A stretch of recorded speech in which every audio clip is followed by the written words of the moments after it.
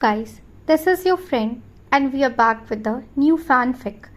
And if you enjoy the fanfic, then please press the like button and subscribe to my channel for more fanfic like this.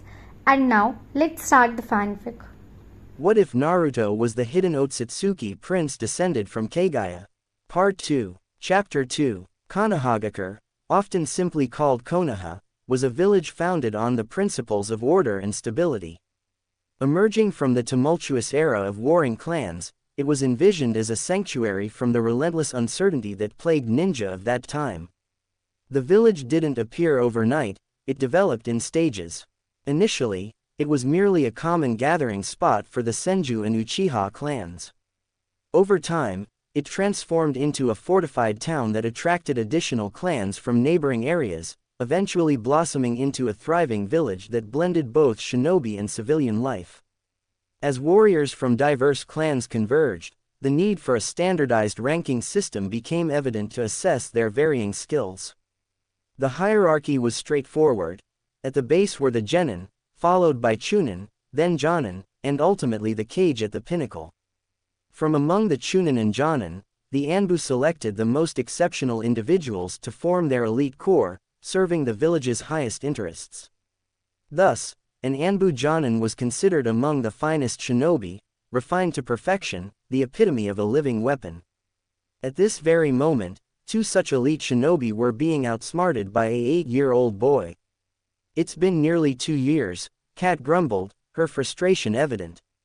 Rain drizzled persistently, and she disliked getting wet just as much as her feline namesake. 2 years of combing every inch of Konoha and the Land of Fire. How can we even be sure he's still around?" Inu shrugged casually. "You heard what the Hokage said.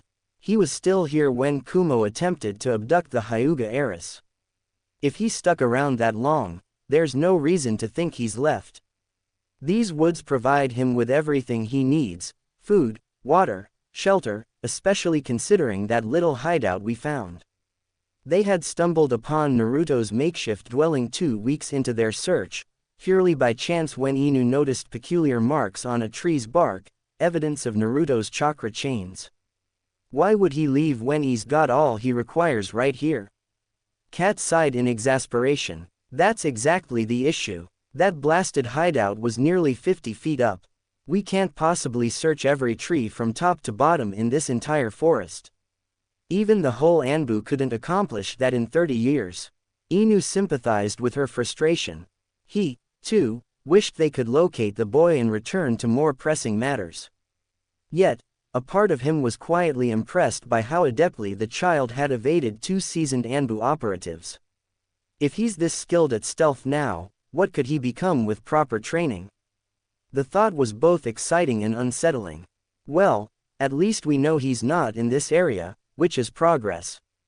We don't need to search every inch of every tree, just look for markings on the lower branches like before. We'll find him eventually. He gestured for them to move on to the next search grid. 15 down, 200 to go. High above them, concealed among the branches, Naruto grinned to himself. On one hand, it was somewhat irritating to have to hide from 2 pursuers in what he considered his own domain. On the other hand, the constant evasion kept his mind sharp and his senses honed. Initially, he had kept as much distance as possible, sticking to the highest parts of the canopy to avoid detection. But as days turned into weeks, and weeks into months and then over a year, he began to treat it as a game. He would shadow them, inching ever closer, testing how near he could get without being noticed. A few times, he thought they might have sensed him, but he always managed to pull back in time, avoiding discovery through a combination of skill and luck.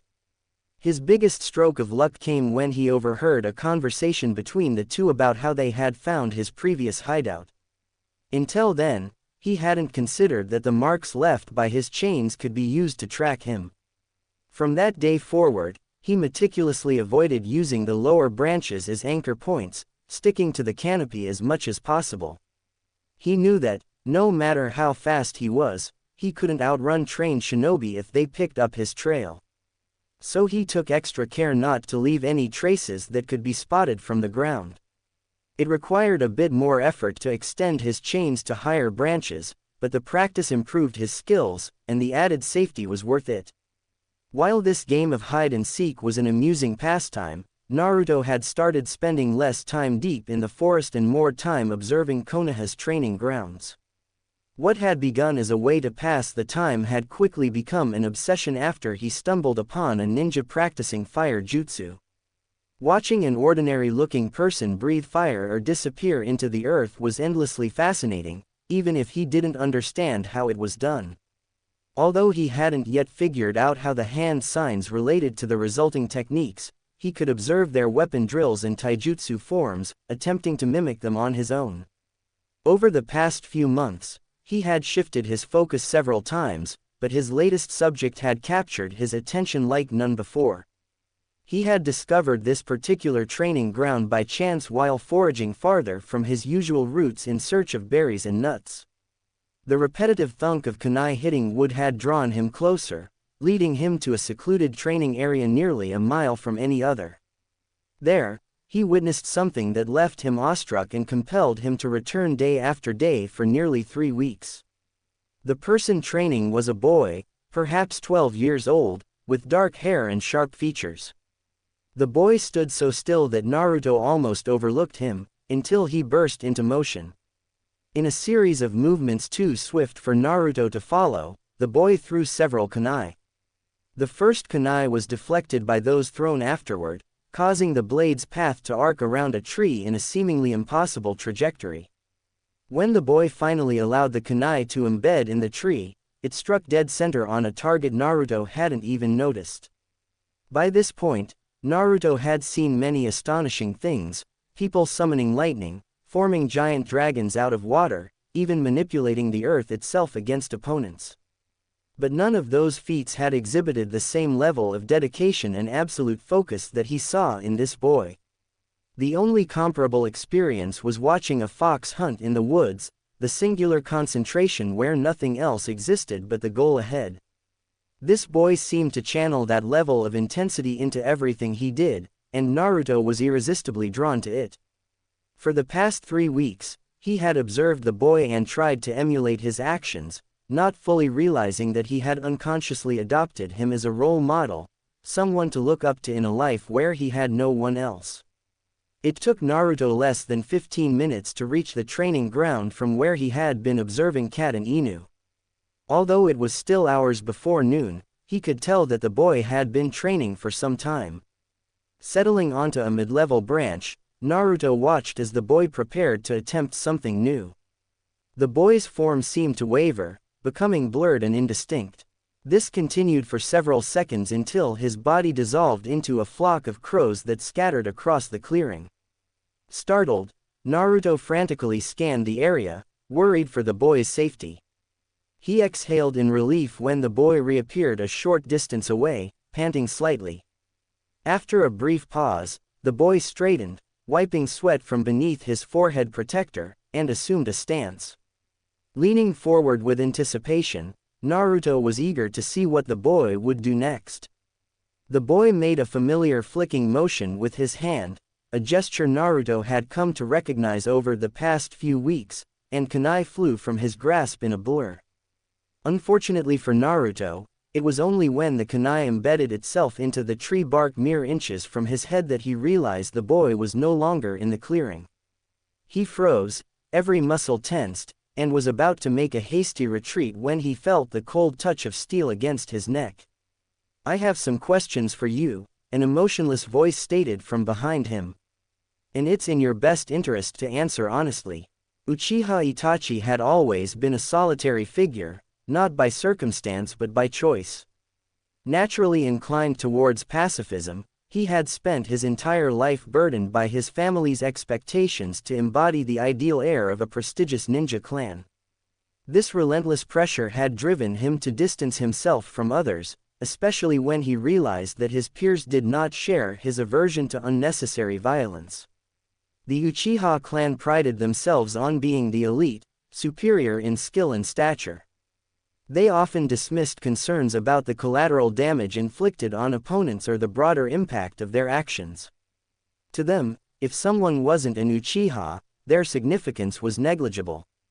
But to Itachi, every life held value, making interactions with his kin complicated. Training became his sanctuary, a realm where he could refine his abilities to such a degree that confrontation became unnecessary. His formidable skill served as a deterrent, allowing him to avoid the very violence he despised. Despite his fearsome reputation, Itachi hadn't taken a life on a mission in nearly 2 years. He preferred strategies that avoided bloodshed, and if forced into combat, he aimed to incapacitate rather than kill. Within the confines of the Uchiha compound, his prowess granted him a certain untouchability, but it also deepened his isolation. Only 2 members of his clan saw beyond his formidable exterior, recognizing him as a person rather than a mere instrument of power. Coupled with his naturally reserved demeanor, Itachi became akin to a phantom, a silent sentinel whose mere presence unsettled those around him. Seeking solace, he chose a training ground far removed from the village's bustling life, a secluded spot where he could hone his skills away from prying eyes. This remote haven had served him well, evident in his recent induction into the Anbu Black Ops, a testament to his exceptional abilities. Here, he could escape the clan's internal politics and the villagers' awestruck gazes, focusing solely on the pursuit of perfection. The rhythmic cadence of his training brought him peace, a rare commodity in his turbulent life. However, about 10 days prior, a subtle shift disrupted his sanctuary. The tranquility he cherished began to wane, replaced by an inexplicable unease. Confused by this intrusion upon his peace, he intensified his training regimen, hoping to dispel the disquiet. Yet, no matter how rigorously he pushed himself, the sensation persisted, gnawing at the edges of his consciousness. Determined to identify the source of his discomfort, Itachi approached the problem methodically. Since he hadn't changed, the disturbance must have originated from his surroundings. Given that he had selected this location for its solitude, the logical conclusion was that an uninvited presence had encroached upon his domain. Formulating a plan, Itachi decided to set a subtle trap. He would wait until the unsettling sensation returned, then employ a wide-range genjutsu, a technique designed to ensnare anyone within its radius without overt detection. On the chosen day, as he felt the familiar prickle of unease, he discreetly cast the illusion. Almost immediately, his keen senses picked up a faint gasp emanating from the canopy above. Activating his Sharingan, his eyes scanned the foliage, discerning the faint outline of a chakra network hidden among the leaves. Maintaining an outward facade of ignorance, he continued his routine, adopting a relaxed stance. With practiced ease, he unleashed a series of kunai in a calculated deflection pattern, designed not to harm but to limit escape routes. As the final blade left his fingertips, he executed a swift body flicker technique, Shunshin no Jutsu, reappearing silently behind the hidden observer. The cold steel of his kunai pressed lightly against the intruder's neck, a clear yet non-lethal warning. It was then that he noticed the diminutive stature of the figure, a child, perhaps no older than 8. But in the world of shinobi, size was a deceptive metric, even the smallest could harbor deadly intent. "I have some questions for you," Itachi stated calmly, his voice devoid of emotion. "It's in your best interest to answer truthfully." And that was when the situation escalated beyond his expectations. Itachi, a prodigious master of the Sharingan, was accustomed to extraordinary displays of chakra-fueled abilities. Over the years, he had witnessed techniques that defied logic and challenged reality itself. Yet, what unfolded before him nearly disrupted his composure. Without any hand seals or visible preparation, the small figure unleashed a barrage of thick, pointed chains that erupted from his body with astonishing speed. These chains surged outward like serpents striking their prey, and to Itachi's astonishment, they were nearly imperceptible even to his fully matured Sharingan. This anomaly sent a jolt through him, a rare occurrence for someone of his caliber. However, his rigorous training and innate discipline prevented him from faltering.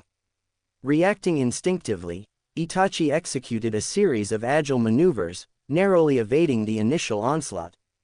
As the chains extended, they branched off at intervals, smaller tendrils sprouting from the main links in a complex, fractal pattern. The sheer unpredictability of the attack, combined with the chains, near invisibility, forced him into a defensive dance, his body moving with fluid precision to avoid entrapment.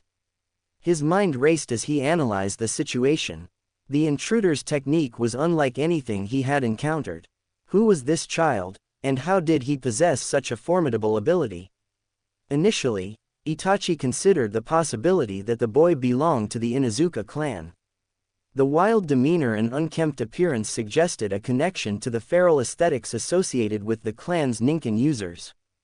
But upon closer examination, discrepancies emerged. While the Inuzuka were known for their rugged attire, often foregoing repairs on worn clothing, this child's garments were beyond mere disrepair, they were in tatters. His pants were frayed, barely reaching below his knees. He wore what seemed to be the remnants of an orange jacket, now reduced to a ragged vest. Barefoot, his feet bore the calloused toughness of someone accustomed to traversing rough terrain without protection. But it was the child's face that truly captured Itachi's attention. Framed by long, blonde hair that cascaded just above his shoulders, the boy's features bore an uncanny resemblance to someone Itachi hadn't seen in years.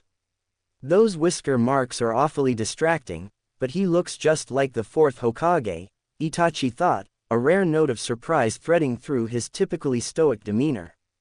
The realization struck him profoundly. The shape of the eyes, the curve of the jaw, it was as if a younger version of the revered leader stood before him. Memories flooded back of his academy days when the fourth Hokage had occasionally visited, sometimes offering lectures or observing alongside Kakashi and Kushina. As the boy shifted his stance, preparing to flee, Itachi recognized the urgency of the moment. Engaging in close quarters combat was unwise. The chains coiled around the child like sentient guardians, ready to strike at a moment's notice. Ninjutsu could potentially escalate the situation, causing unintended harm. He needed a solution that would neutralize the threat without causing injury.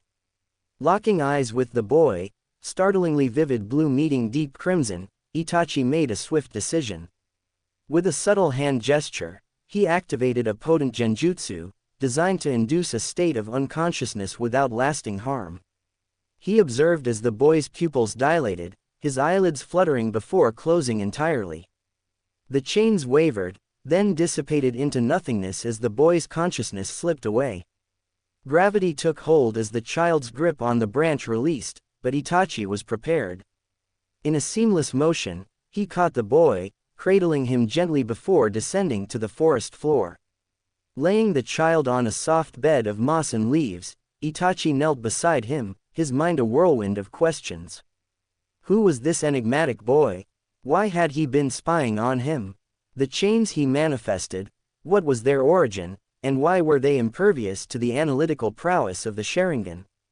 A sense of déjà vu nagged at him, as if he had encountered a similar phenomenon but couldn't place where. Moreover, why was a child who bore such a striking resemblance to the fourth Hokage wandering alone in the forest, appearing more like a feral denizen than a member of the village? The contradictions were perplexing, and Itachi felt a rare stir of frustration at the lack of immediate answers. He glanced upward, the canopy of leaves filtering sunlight into a mosaic of shifting patterns. The sky above was a tranquil expanse, indifferent to his internal turmoil. Why is it that the more I seek peace, the more chaos finds me? He mused softly, his words carried away by a gentle breeze. Returning his focus to the unconscious boy, Itachi contemplated his next move. Taking the child directly back to the village might attract unwanted attention and raise questions he wasn't prepared to answer. Yet, leaving him here was not an option. Perhaps waiting until the boy awakened would provide clarity. With a resigned sigh, he settled into a comfortable position beside the child, prepared to wait as long as necessary.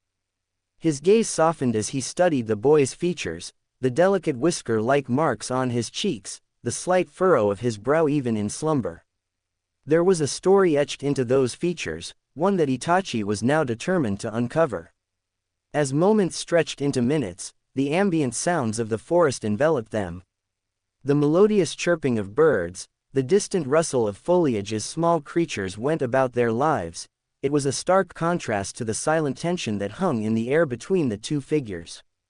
Itachi's thoughts drifted back to the chains. They defied classification, eluding even the advanced perception granted by his Sharingan. Most techniques, no matter how obscure, left traces, fluctuations in chakra flow, distortions in the surrounding energy fields. But these chains were different, almost as if they operated on a frequency beyond normal perception. Could it be a Kekkei Genkai? He pondered, a rare bloodline limit unique to certain clans. If so, why was he unaware of its existence? The Uchiha clan maintained extensive records on known bloodline abilities, both for strategic purposes and out of sheer pride in their own heritage. An unsettling thought emerged. If the boy was connected to the fourth Hokage, perhaps even his offspring, that could explain the resemblance and the unique abilities. But why was he out here alone, dressed in rags, seemingly abandoned? The more he delved into the possibilities, the more questions arose. Itachi was not one to leave mysteries unsolved. He resolved to approach the situation with caution and empathy. If the boy had been living in isolation, trust would be a fragile bridge to build.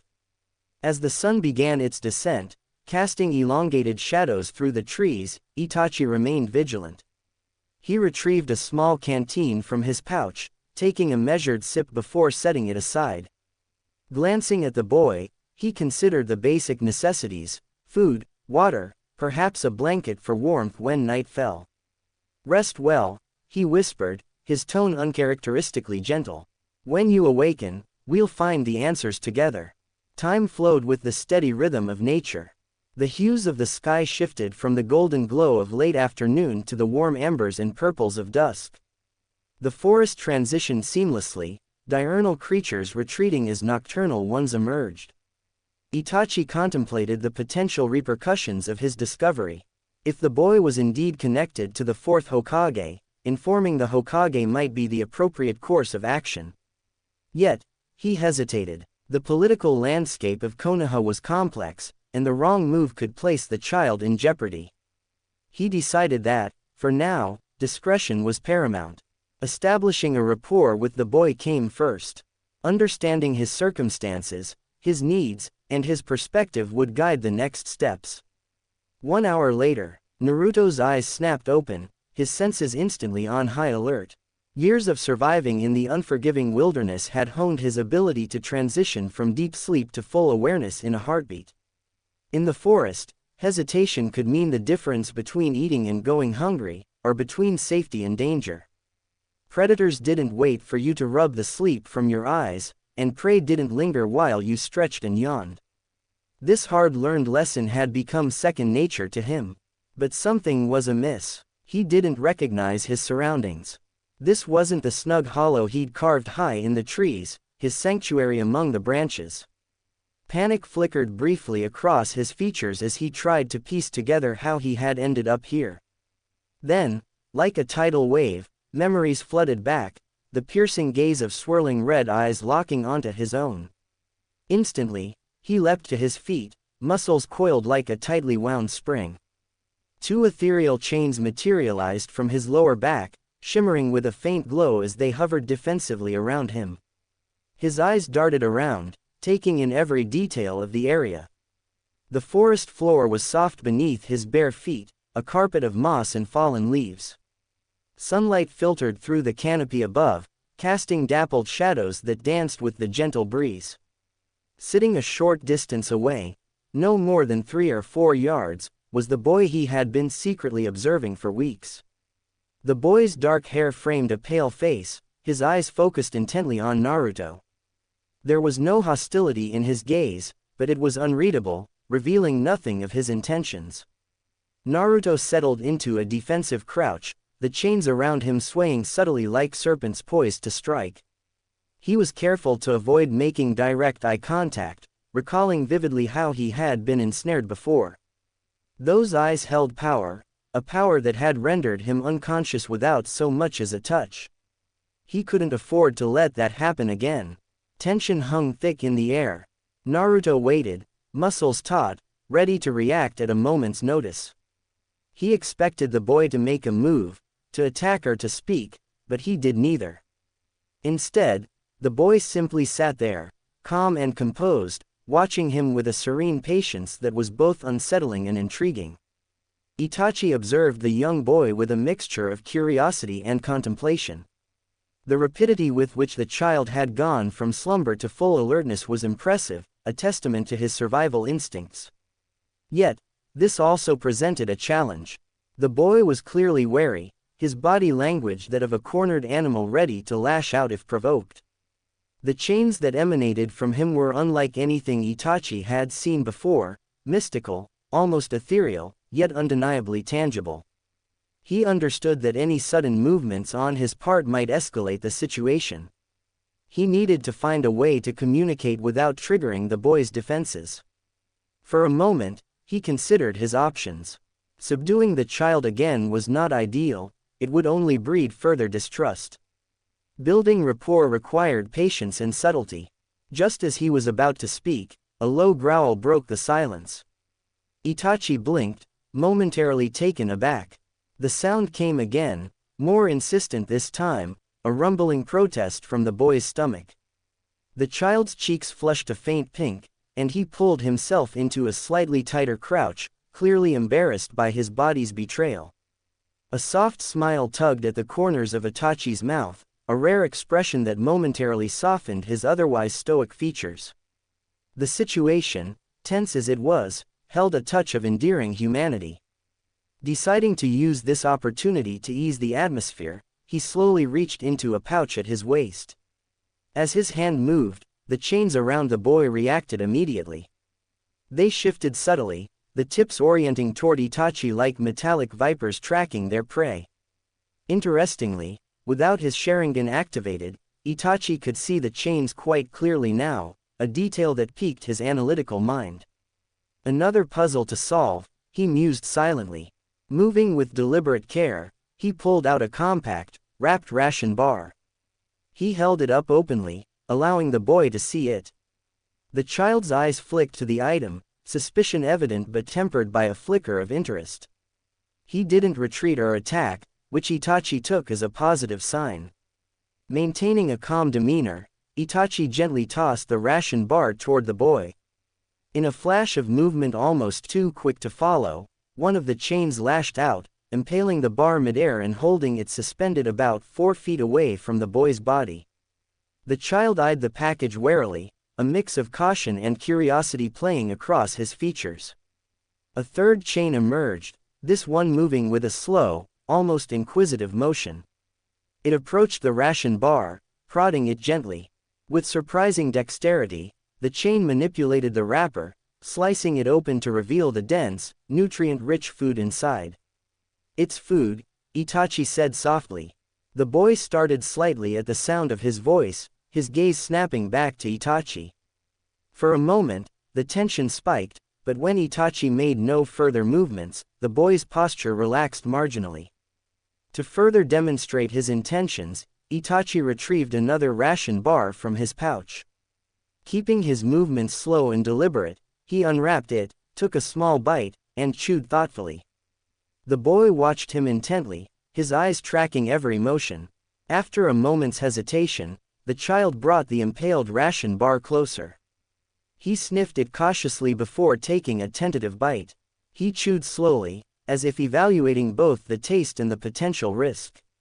Satisfied, he took another, larger bite. As they ate in silence, Itachi took the opportunity to study the boy more closely. His clothing was in tatters, frayed pants that barely reached his shins, a ragged vest that might have once been a jacket. His feet were bare, the soles toughened by constant exposure to the forest floor.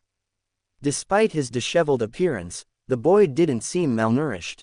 His frame was lean but muscular, suggesting he had been active and had access to sufficient food. He's been surviving on his own, Itachi realized. Possibly for a long time. The chains, now that he could observe them more calmly, were fascinating. They seemed to materialize from the boy's body, shimmering with an otherworldly energy. Without the Sharingan, they were visible, a curious inversion of how chakra constructs typically presented. As they both finished their ration bars, Itachi noticed that the boy's posture had relaxed slightly. The chains still hovered protectively, but their movements were less tense. The boy's eyes held a hint of curiosity now, the initial wariness tempered by the shared meal. Deciding that this was as good a moment as any to attempt communication, Itachi spoke again. "What is your name?" he asked gently. The boy hesitated, his eyes searching Itachi's face as if trying to gauge his sincerity. When he finally spoke, his voice was rough, as though unused to forming words. "Naruto." Itachi nodded slowly. "It's nice to meet you, Naruto. My name is Itachi." Naruto seemed to mull this over, testing the name silently on his lips. There was a flicker of recognition, but it passed too quickly for Itachi to interpret. "Were you the one watching me over the past few weeks?" Itachi inquired, keeping his tone neutral. A shadow passed over Naruto's face. His body tensed ever so slightly, and the chains tightened their orbit by a fraction. Itachi raised a placating hand. "I'm not upset," he assured. "I'm simply curious." Naruto considered this, then gave a hesitant nod. "Why were you watching me?" Itachi asked. There was a pause as Naruto seemed to search for the right words. Instead of answering verbally, he reached behind him and pulled out 2 worn kunai from a makeshift pouch. Itachi remained still, observing carefully. Naruto turned toward a nearby tree, still keeping Itachi within his peripheral vision.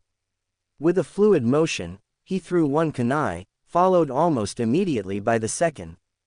The first kunai veered off course slightly as the second collided with it, redirecting its path.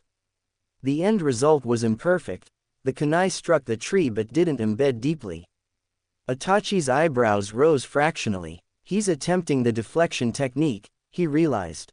A complex maneuver even for trained shinobi. Naruto frowned at the outcome, clearly dissatisfied.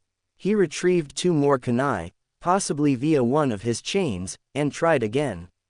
This time, the deflection was more successful. The kunai struck the target with better accuracy, though still not perfect. Understanding dawned on Itachi. He's been observing my training, trying to learn by imitation. That's an impressive technique, Itachi commented. You've made significant progress. Naruto glanced at him, surprise evident in his eyes. Praise seemed foreign to him, and he didn't quite know how to respond. Did someone teach you how to do that? Itachi asked. Naruto's gaze dropped. No, he said quietly. I watched. Itachi nodded thoughtfully. You have a keen eye. Learning through observation is a valuable skill. An awkward silence settled between them. Sensing that direct questions might push Naruto back into his shell, Itachi decided on a different approach. How long have you been living in the forest, Naruto? The boy shrugged lightly. A while. Do you have family nearby? Itachi probed gently. Naruto's expression became guarded. I have a family, he replied, but there was an undercurrent of something, sadness, perhaps, or longing. Itachi considered this. May I ask where they are? Naruto hesitated, then gestured vaguely. Around. An idea formed in Itachi's mind. Would you show me? Naruto looked at him sharply, suspicion flaring in his eyes. It's all right if you'd rather not, Itachi said quickly. I don't want to intrude. The boy relaxed marginally. It's okay, he said after a moment. I can show you. He moved toward a patch of soft earth and knelt down. Using one of his chains, he began to draw in the dirt. Itachi watched as images took shape. A man with spiky hair labeled Minato, a woman with long hair labeled Kushina, and a smaller figure with chains emerging from his back labeled Naruto. Recognition sparked in Itachi's mind. The names, coupled with the images, connected to memories he'd long held. The 4th Hokage, Minato Namikaze, and his wife, Kushina Uzumaki. He recalled the stories, the legacy they had left behind. But as far as he knew, they had perished without leaving any children. These are your parents. Itachi asked softly. Naruto nodded, a hint of pride in his eyes. They're my family. A heavy silence settled between them. Itachi grappled with the implications. If Naruto was indeed the son of the fourth Hokage and Kushina, that meant he had been living alone, unnoticed, for years. Questions swirled in his mind. How had this happened? Why was the son of such esteemed figures left to fend for himself? Naruto, Itachi began carefully, have you been living by yourself all this time? The boy shrugged again. It's better this way. Why is that? Naruto's gaze hardened slightly. The villagers, they don't like me. Itachi felt a knot form in his stomach. Did something happen? The boy was silent for a long moment. Then, in a voice barely above a whisper, he said, they tried to hurt me. Itachi's eyes narrowed. Who tried to hurt you? A man, Naruto replied. He attacked me. I didn't want to, but my chains came out, and he got hurt. Understanding dawned on Itachi. You defended yourself, he said gently. There's nothing wrong with that. Naruto looked up, his eyes searching Itachi's face for any sign of deceit. But after that, everyone looked at me like I was a monster. The pain in his voice was palpable. Itachi felt a surge of empathy, coupled with a simmering anger at the injustice. How could the villagers treat a child this way? You are not a monster, Itachi said firmly. You have a gift, a unique ability. It's not something to be ashamed of. Naruto's expression wavered, but they don't see it that way. Itachi took a deep breath, weighing his next words carefully. Sometimes people fear what they don't understand. That doesn't make them right. Silence stretched between them. Birds chirped in the canopy above, and a gentle breeze rustled the leaves. Naruto, Itachi said finally, would you be willing to meet me here again in a few days? I might be able to help. The boy eyed him cautiously. Why would you want to help me? Because I believe you deserve it, Itachi replied simply. No one should have to face the world alone. Naruto considered this. The prospect of assistance was both enticing and frightening. Trust was not something he gave easily. Okay, he agreed tentatively. In 3 days, Itachi offered a small smile. I'll be here. Naruto stood, the chains around him retracting slightly. He looked at Itachi with a mixture of hope and skepticism. Thank you, he said softly. You're welcome, Itachi replied. Without another word, Naruto turned and leapt into the trees, moving with an agility that spoke of years spent navigating the forest canopy. Itachi watched until he was out of sight, his mind awash with plans and questions. He needed to delve deeper into the village's records, to understand how Naruto had been overlooked, or perhaps intentionally forgotten. The implications were troubling. If the boy was indeed the son of the fourth Hokage, there were serious oversights that needed to be addressed. Rising to his feet, Itachi set off toward the village. The sun was beginning to dip toward the horizon, casting long shadows through the trees. He moved swiftly, his mind focused. Today was supposed to bring clarity, he mused to himself. Instead, it has only raised more questions.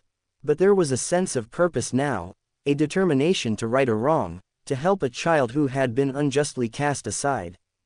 Itachi knew the path ahead would be complicated, fraught with challenges both personal and political. Yet, he couldn't turn away. Not from this. As he neared the village outskirts, Itachi steeled himself. There was much to do, and time was of the essence. He would need to navigate carefully, to gather information without drawing undue attention. But first, he had a promise to keep. Be safe, Naruto, he thought. I will do what I can to help you. With that resolve, he disappeared into the fading light, a silent guardian moving through the shadows. Konoha. Deep within the labyrinthine corridors of Konoha's grand library, Itachi Uchiha sat ensconced in the dim glow of candlelight.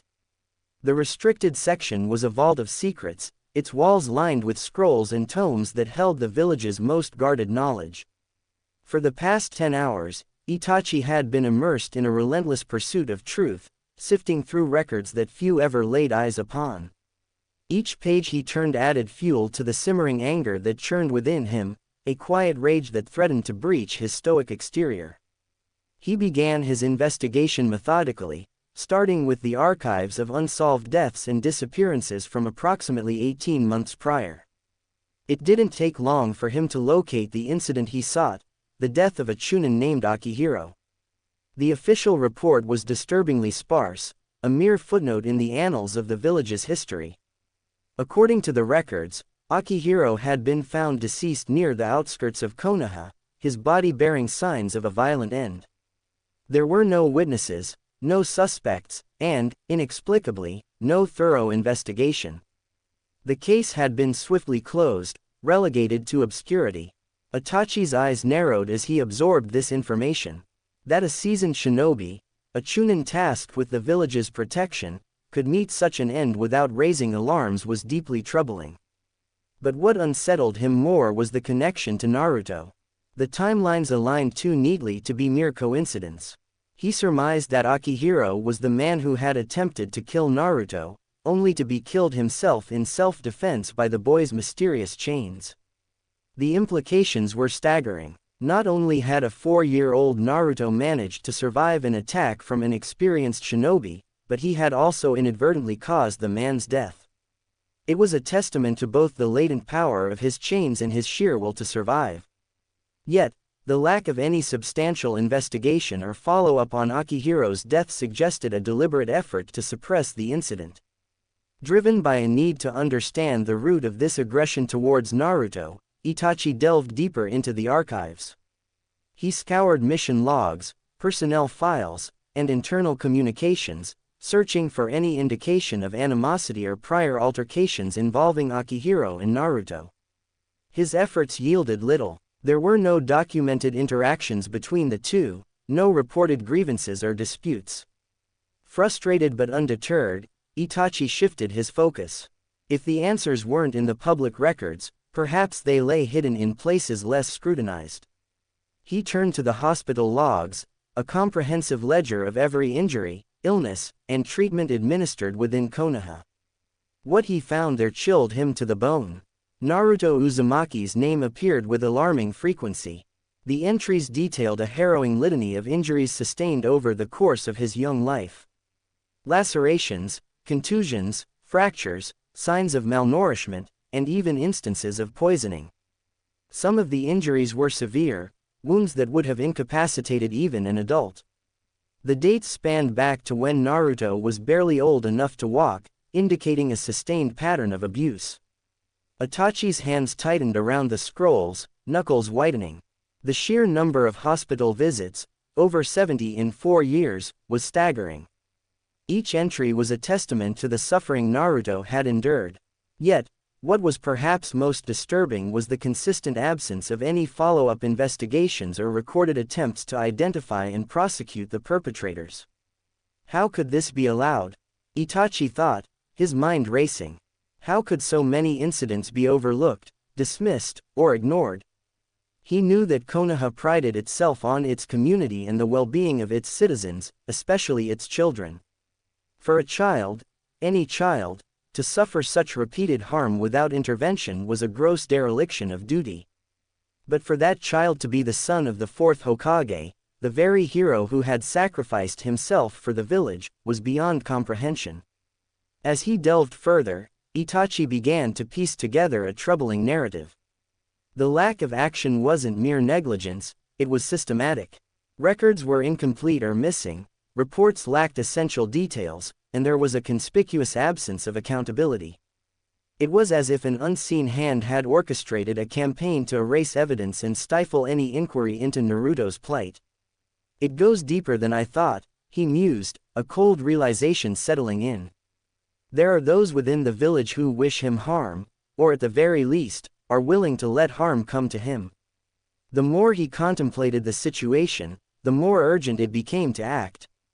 Naruto was not safe within the walls of Konoha. His chains provided a formidable defense, but without proper training and guidance, they were insufficient against the threats he faced. If a Chunin had attempted to kill him once, there was no guarantee others wouldn't try again, perhaps with greater numbers or more insidious methods. Returning to his quarters late that night, Itachi sat in the dim light, the weight of his discoveries pressing heavily upon him. The familiar surroundings offered little comfort. His gaze drifted to the wall that separated his room from Sayuri's. The thought of his younger sister brought a pang of protectiveness. He couldn't fathom the idea of Sayuri enduring what Naruto had. No child should bear such burdens. Naruto needs someone to stand by him, Itachi resolved silently. If the village has turned its back on him, then I will not. But the path forward was fraught with complications. Trust within Konoha's hierarchy was now suspect. He couldn't be certain who was complicit in the mistreatment or who might betray Naruto's whereabouts if informed. Acting openly could draw unwanted attention or even endanger Naruto further. It must be done discreetly, he concluded. I will train him myself, away from prying eyes. I will give him the tools he needs to protect himself and the choice to decide his own fate. As the night wore on, Itachi began formulating a plan. He would need to balance his duties with the Anbu and his commitments to his clan, all while mentoring Naruto in secret. It was a delicate balance, but one he was determined to maintain. Exhaustion tugged at the edges of his consciousness, but sleep eluded him. When he finally closed his eyes, it was with the hope that his actions might not only safeguard Naruto but perhaps also begin to atone for the village's failures. Forest of Death. High above the forest floor, hidden among the dense foliage of an ancient tree, Naruto sat in his secluded refuge. The hollowed-out cavity, painstakingly carved deeper using his chains, was more than a shelter, it was a sanctuary. Here, the cacophony of the world faded, replaced by the gentle whispers of leaves and the rhythmic chorus of nocturnal creatures. Arranged carefully within the snug space were his most treasured possessions, small wooden carvings he had fashioned with meticulous care. Each figure represented a fragment of the family he longed for, a father with a reassuring smile, a mother with kind eyes, and a boy who embodied his hopes and dreams. The carvings were crude by any artisan's standards, but to Naruto, they were imbued with life and meaning. As darkness enveloped the forest, he found solace in speaking to his makeshift family. His voice was soft, barely more than a murmur, as he recounted his encounter with Itachi. The questions that had stirred painful memories, the confusion that lingered in his heart. He said it was okay, Naruto whispered, his gaze fixed on the wooden figures. He said I was allowed to defend myself. The admission brought a subtle relief. For so long, he had harbored guilt over what had happened with Akihiro. The fear that he was a monster, that his very existence brought harm to others, had weighed heavily upon him. Itachi's words had begun to chip away at that self-imposed burden. But can I trust him? He wondered aloud. What if he's like the others? The silence of the forest offered no answers, but the act of voicing his fears provided a measure of clarity. Reflecting on their interactions, he acknowledged that Itachi had shown him kindness, a rarity in his experience. The gifts, the offer of training, and most importantly, the respect for his autonomy. He didn't try to force me, Naruto mused. Maybe I can give him a chance. The decision made, he felt a tentative hope take root. Curling up within his sanctuary, he allowed the gentle sway of the treetops to lull him into sleep. For the first time in a long while, his dreams were free from the shadows of his past. 3 days later, the sun shone brightly overhead, casting dappled patterns through the canopy as it filtered down to the forest floor. In the secluded clearing where they had first spoken, Itachi stood waiting. A large backpack rested at his feet, its contents carefully selected for the meeting. He glanced upward, scanning the treetops for any sign of movement. Though his expression remained composed, a hint of unease stirred within him. There was a possibility that Naruto wouldn't come, that mistrust or second thoughts had kept him away. Just as he was about to resign himself to waiting longer, a subtle rustling caught his attention. Emerging gracefully from the foliage, Naruto descended, his chains retracting as he landed softly on the grass. "You came," Itachi said, a note of relief evident in his voice. Naruto offered a small nod. "I said I would." "I'm glad," Itachi replied sincerely. He picked up the backpack and extended it toward the boy. I brought you some supplies, clothing, food, and a few other items you might find useful. Naruto